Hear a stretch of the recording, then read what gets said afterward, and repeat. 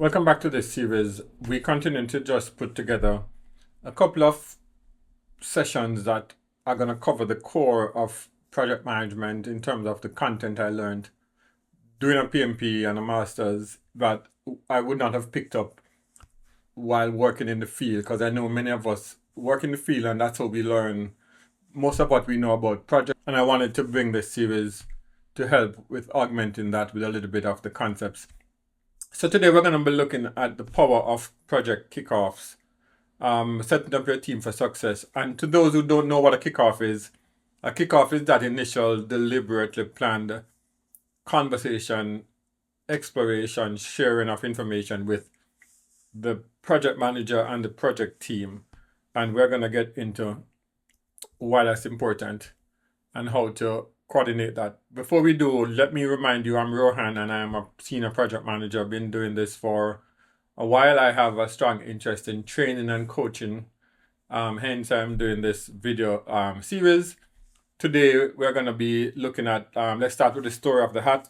The hat is a hat branded Jamaica. That's where I'm from. That's where I got my start in the industry in terms of coordinating events. I especially remember doing it at an undergraduate level at the university in Jamaica, student leadership and all of that. And I was doing project management without even knowing that there was such a field or a title. So here we are, fast forward. Let's get into the importance of a kickoff. It helps to align everyone on the goals and scopes. You'll be surprised how this can be helpful to have everybody be on the same page. It sets out clear project purpose. It defines the why behind the work.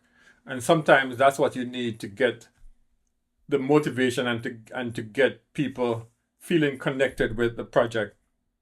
It establishes concrete deliverables, establishing exactly what we will need to produce. And it obviously is going to be driven by having a clear goal, which is going to become a WBS like we spoke about in the previous video, which I will link here. So the success criteria, the importance of having a success criteria cannot be overemphasized, because oftentimes with projects, we're not clear if success means we are on time and we're able to spend more and to adjust the scope to be on time, or we have to be on budget, so we have to make adjustments elsewhere.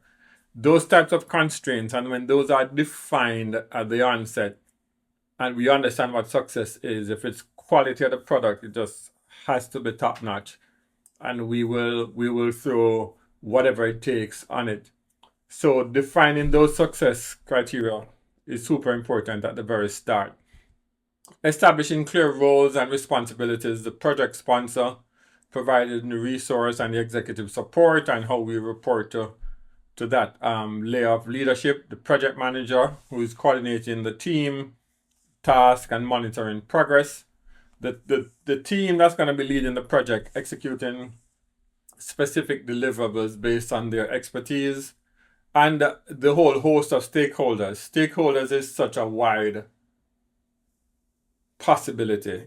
The people who are impacted by the project, the people who will benefit from the project, the people who are sponsoring the project, the people who are involved in the project, the people who are not even involved but will be impacted by it in some way, shape, or form. You have to think of all your stakeholders to provide feedback and approvals where necessary at each milestone to keep your stakeholders. And it is during the kickoff meeting that you will sort of create a framework for the team exploring this and recognizing that it's important. All right. So setting up communication expectation, and I'm going to throw something your way now. This template is going to be in the link below where I'm sharing it with you. This here has two components to it, and let's look at the first component. A communication plan is a basic list of target audience, and you detail how you plan to communicate with them, what information, the frequency, who owns this, What's the channel? Sometimes it's face to face, sometimes it's email. How much effort will it take? The goals that you're desirous of having, um, and the date and the distribution of this is super important. This goes on to, for every communication plan, it should be assessed for being clear, concise, concrete, correct, coherent, complete, and courteous. So you can use this as a checkbox.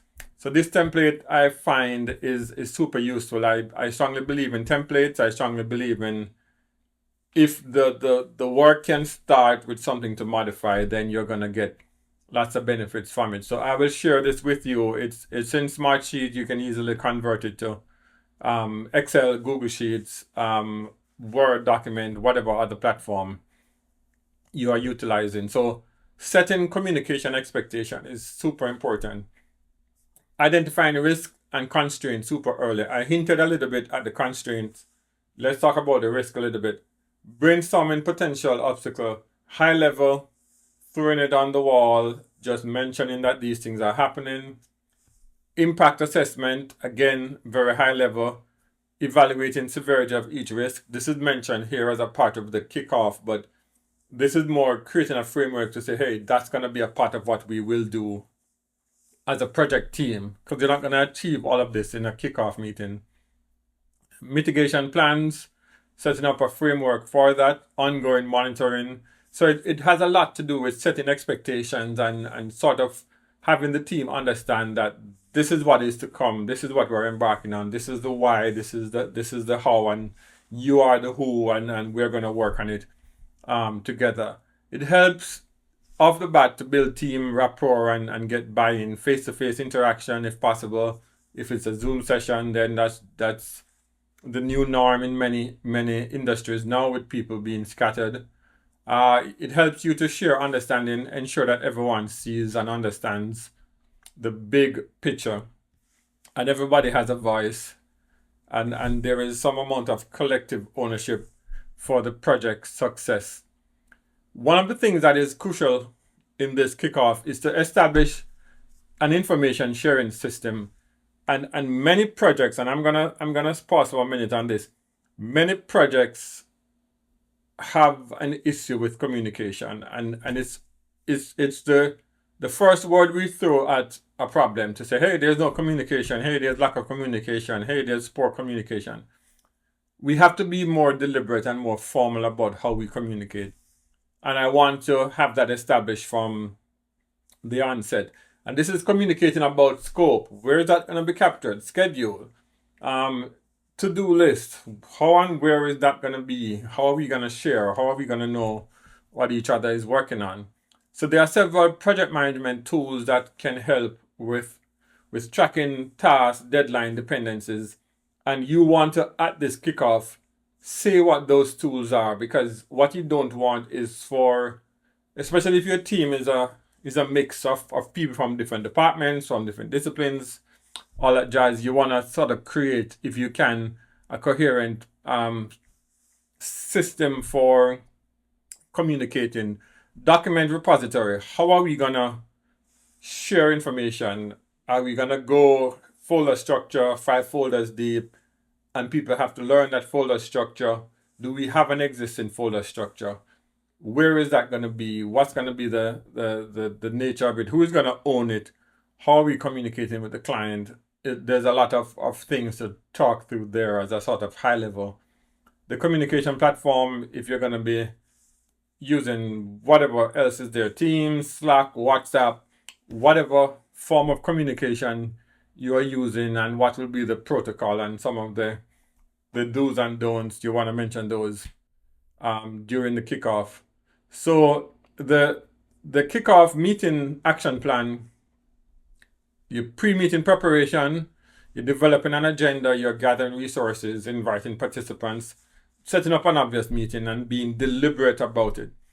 Conduct the kickoff, covering all 6 key elements that we spoke about.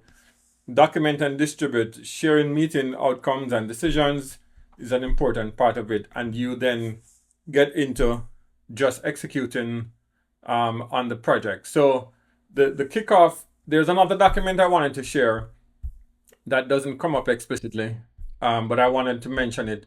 And I'm going to share a template here. This one, I'm going to dive deep into utilizing Smartsheet specifically to build what we call project charters. And you don't need Smartsheet to do it, but it's really a massive PDF document. And the PDF document, which is called a project charter, should have some basic information on the project, and you should have this ready to share at the kickoff. Event name, if there's a code, location, scope, budget, deliverables, basic high level on scope, strategic notes on communication, change management, any major scheduling milestones. And typically, for the most formal of projects, there's even a section for people to sign off on the project. So this here, if you have multiple projects running and you want to lean on your experience, for each new project you have, you should be filling in this grid here to know what are the things to think about, and you continue to do that. One of the sessions I'm going to do, and I might put a link to it here because I've already recorded it, is to show you how you can use Smartsheet to generate this PDF based on the information in the sheet. So you're not just having it in the sheet for the purposes of having it in the sheet. It's in the sheet because it's easier to wholesale add a new project, see what's missing, pull information, but then at the click of a mouse, it generates this attached PDF for you. It does it automatically, and you can then push this as a communication tool and share it with your team. So that template will be in the comments below as well for you. So again, Rohan here from the Smarter Manager YouTube channel, and we want to help everybody become smarter PMs by using this PM series. Like and subscribe, help the channel to grow, share it with someone who you think would benefit from it. And most importantly, commit to act on the information.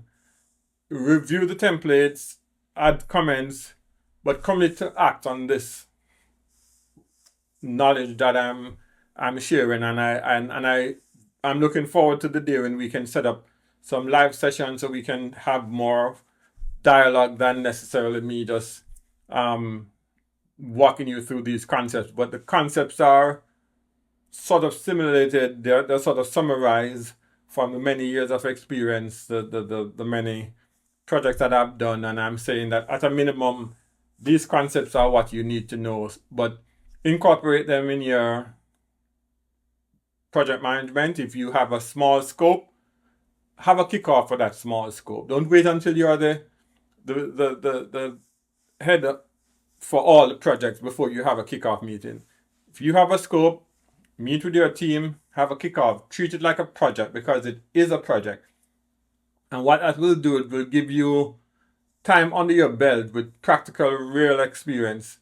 And people will see that you're managing the scope and you're managing it in a systematic way. And that's where you're going to get opportunities to grow into others. And even if that doesn't bring the opportunities, when the opportunities come, you would have been practicing at a higher level of management than when you were just in charge of this scope that you may consider small, right? So don't miss those opportunities to learn and to grow. And again, reach out. My email is here if you have any questions and comments. I've gotten a few and people are saying, hey, I want to get involved in project management, but I don't know how. And this series is as a result of that. I'm saying over the 12 lessons, we will walk you through some fundamental concepts. All right, so hope you are enjoying this. Go ahead, like and subscribe. And until next time, this is Rohan saying, have a good one.